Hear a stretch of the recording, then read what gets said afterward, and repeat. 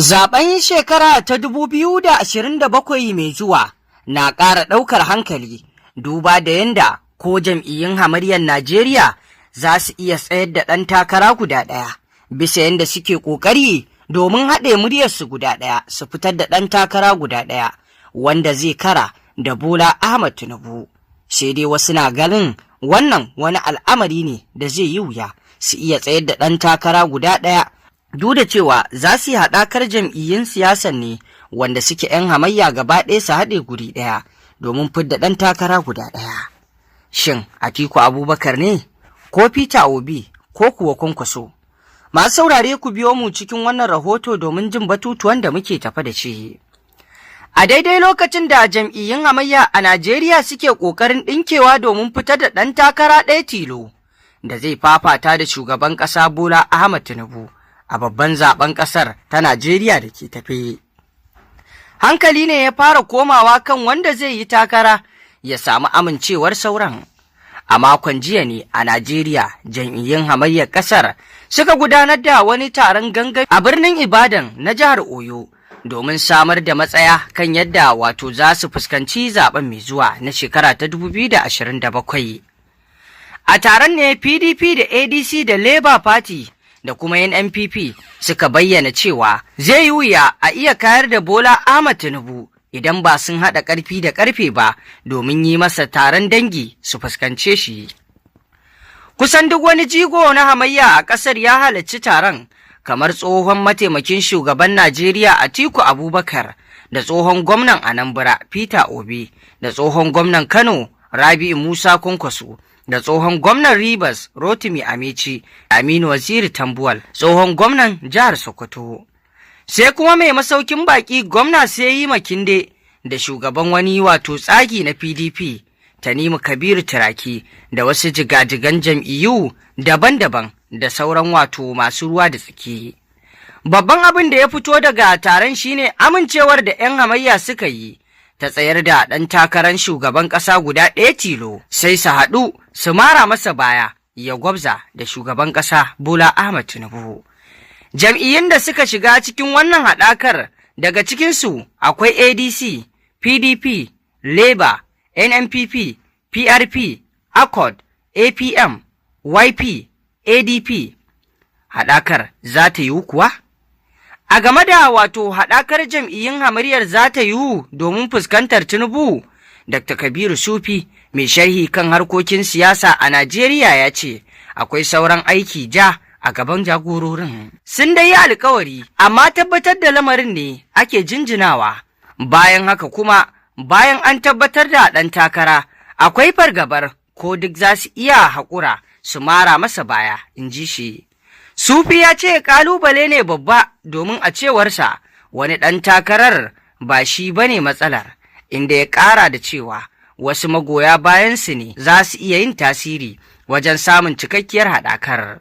Sai dai masanin siyasa ya ƙara da cewa matuƙar 'yan hamayya suna da burin buƙatar wato kayar da Bola Ahmed Tinubu, lallai suna buƙatar haɗin kai mai ƙarfi.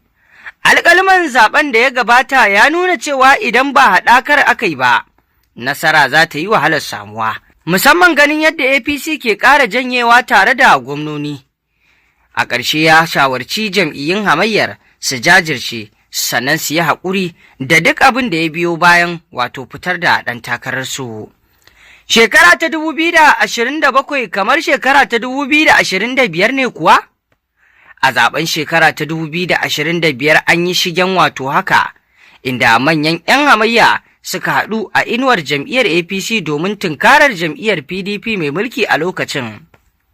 A zaben 'yan hamayya ciki har da shugaba na yanzu Bola Tinubu da Atiku Abubakar da Rabi'u Kwankwaso suka haɗu suka fuskanci PDP har marigayi Muhammadu Buhari ya samu nasarar kayar da Goodluck Jonathan. Sai dai wani abu da ya bambanta wancan haɗakar da ta yanzu shine yadda a wannan karo jam'iyya mai mulki ta samu ƙarin gwamnoni da dama da sanatoci da ƙarin jigajigai a daidai lokacin da maganar zaɓe take karatuwa take kankama. A wancan lokacin kuwa, a daidai lokacin da shirye-shiryen zaben ke kankama, wasu gwamnoni 5 ne daga jam'iyya mai mulki suka bayyana cewa ba sa tare da shugaban, ciki har da Kwankwaso da Amechi, kuma jihohinsu na Kano da Rivers na da ɗimbin ƙuri'u. Sai dai a zantawar da manema labarai suka yi da Atiku Abubakar ya ce ba gwamnoni ne suke zaɓe ba, domin a cewarsa mutane ne za su yi zaɓe. Haka kuma a game da haɗakar, masanin harkokin siyasa a Najeriya Dr. Kabiru Sufi ya ce duk da cewa haɗakar ta shekara ta 2027 na kamanceceniya da haɗakar shekara ta 2015, amma akwai bambanci. A zaben shekara ta 2015 jam'iyyun sun haɗu ne suka sadaukar da rijistar su suka narke a APC, amma yanzu kuwa jam'iyyun suna nan kawai sun amince su yi aiki ne a tare a babban zaben, inji shi.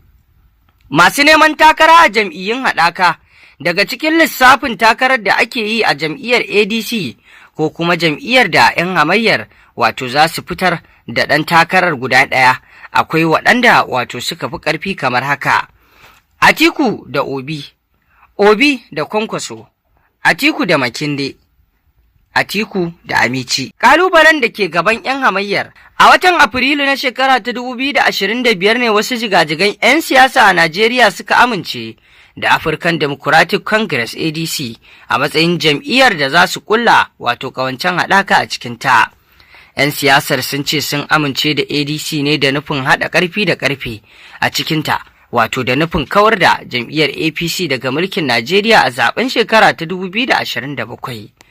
An cimma a ƙawancen ne a taron haɗakar da aka gudanar ranar Laraba 2 ga watan Yuli bara, a babban ɗakin taro na Yar'adua Center da ke birnin Abuja. Sabuwar haɗakar ta ADC ta zaɓi tsohon shugaban majalisar dattawan ƙasar Dabil Mark a matsayin shugaban jam'iyyar, wadda suka amince da ita a matsayin jam'iyyar haɗaka. Sai dai yanzu haka jam'iyyar na fama da rikicin cikin gida, lamarin da yanzu haka ake jiran kotun koli ta ƙasar ta warware shi. Tuni dai Nafi Bala Gombe, wanda tsohon mataimakin shugaban jam'iyyar ne, ya bayyana cewa shine halastaccen shugabanta bayan tsohon shugaban ya yi murabus, a yayin da a gefe guda kuma David Mark ke cewa shine shugaba. Ita kuma PDP yanzu haka INEC ta fi mu'amala da tsagin wuke, inda tsagin Tanimu Kabiru Turaki ya bayyana aniyarsa ta samun maslaha da ADC wajen tsayar da ɗan takara. Sai dai kuma masanan na ganin akwai sauran rina a kaba, inda har jigajigan 'yan hamayyar na Najeriya suka kasa haɗa kansu domin marawa ɗayansu baya kan manufar zaben shekara ta 2027 da ta haɗa su a ciki. To masu saurare, kun ji dai yadda al'amuran ke wakana kan batun zaben da ke karatowa. Jam'iyyun hamayya a yanzu kallo ya koma kansu, shin ko za su iya tsayar da ɗan takara kuma ya zamanto masu babu wata hamayya su mara mai baya? Wannan abin tambaya ne. Masu saurare, me za ku ce kan haka? Shin waye cancanci a cikin wannan 'yan jam'iyyun hamayyar ya zama shugaban ƙasa a tsaye da shi? Shin Atiku Abubakar, Peter Obi, Kwankwaso ko kuma Amechi? Muna so mu ji ra'ayinku kan haka. Mun gode.